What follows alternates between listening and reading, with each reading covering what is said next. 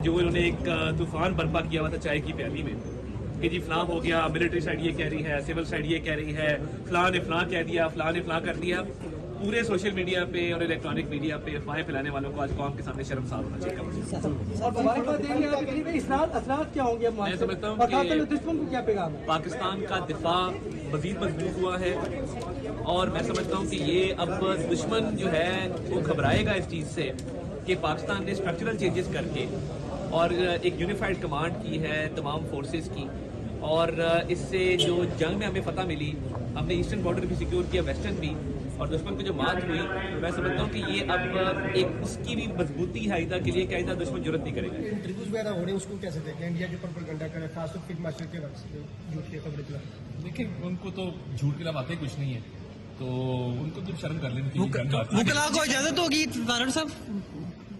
देखिए, जो वायलेशन करेगा उसको इजाजत नहीं होगी, आगे देखते हैं क्या पता। जो उन्होंने एक तूफान बर्पा किया हुआ था चाय की प्याली में कि जी फलां हो गया, मिलिट्री साइड ये कह रही है, सिविल साइड ये कह रही है, फलां ने फलां कह दिया, फलां ने फलां कर दिया। पूरे सोशल मीडिया पे और इलेक्ट्रॉनिक मीडिया पे अफवाहें फैलाने वालों को आज कौम के सामने शर्मसार होना चाहिए।